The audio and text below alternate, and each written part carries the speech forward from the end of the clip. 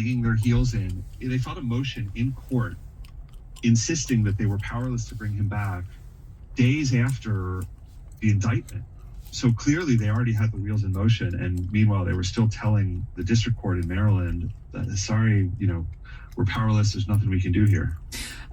His case is unfolding as people may be getting a sense. There's a number of different cases, civil and criminal, proceeding. Among the fights unfolding around your client is the question of whether he should stay in that prison in Tennessee as he awaits trial. I know a number of other attorneys working on his behalf have asked a judge to release him pre-trial. The government is saying no and arguing he's a flight risk.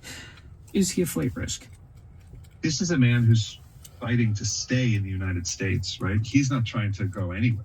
Meanwhile, you are arguing that officials in the Trump administration should face contempt proceedings, that the administration engaged, and I'm quoting, in an elaborate all-of-government effort to defy court orders.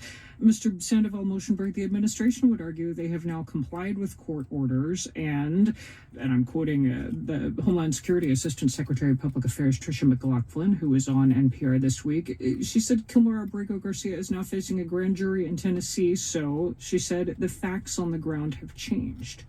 So the Supreme Court ordered that the government ensure that his case is handled as it would have been had he not been improperly sent to El Salvador. That's a direct quote from the Supreme Court's unanimous 9-0 opinion. Mm-hmm. That is clearly not what happened on Friday. To ensure that his case is handled as it would have been had he not been improperly sent to El Salvador, he needs to be returned to the state of Maryland. And what is the point at this point in the proceedings of going after the Trump administration with contempt proceedings? I think that when lawyers lie to the judge and when lawyers lie under oath at a deposition and when government officials lie under oath at a deposition, they need to be held to account. Whether or not you agree that they ultimately complied with the judge's order, which they didn't, but even if they, belatedly do, that does not excuse 2 months of ignoring court orders while a man is locked up behind bars in a foreign country. Those things need to be held to account. What do you see as the broader stakes here for everyone who lives in the U.S.? The government has decided to make this individual into the devil incarnate. Kilmar Abrego Garcia never chose to be the center of a nationwide, cause celeb, right? The government all along has been the one that have chosen to do that. They made a simple mistake. It happens from time to time, but instead of simply fixing that mistake, maybe an apology would have been nice, but I never expected that. Instead of simply fixing the mistake, they decided to go absolutely nuclear on him. And that continues today. And what that shows is that can happen to anyone. If it can happen to him, it can happen to any one of us. Simon Sandoval-Motionberg is one of the attorneys representing Kilmar Abrego Garcia. Thank you. My pleasure.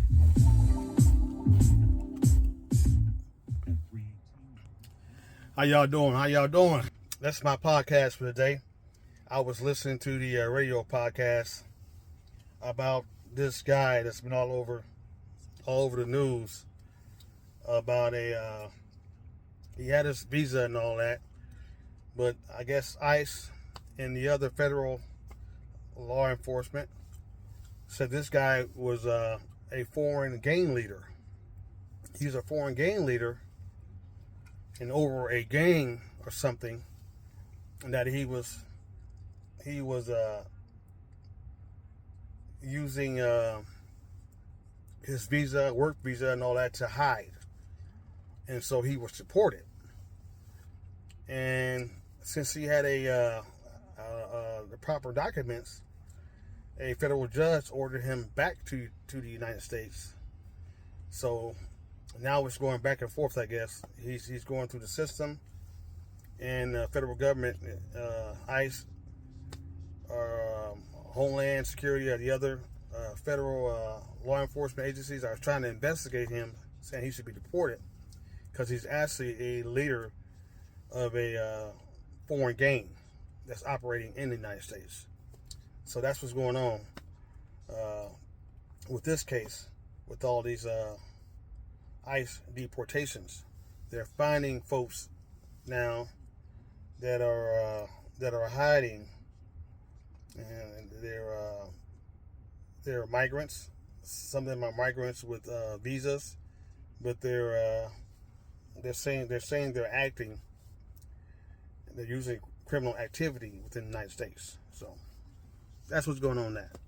So I'm here now. I'm here at Lowe's. I'm picking up some tools. I went to Home Depot, got something I needed, a miter saw that I needed, and now I'm gonna go into Lowe's, that's next door to Home Depot, to see if they have the same miter saw at a cheaper price, which they probably don't. But I'm gonna go in and look anyway, because it's Father's Day is coming up, and they have all these little sales going on. So y'all have a nice day. It's still raining out here, which is a good thing.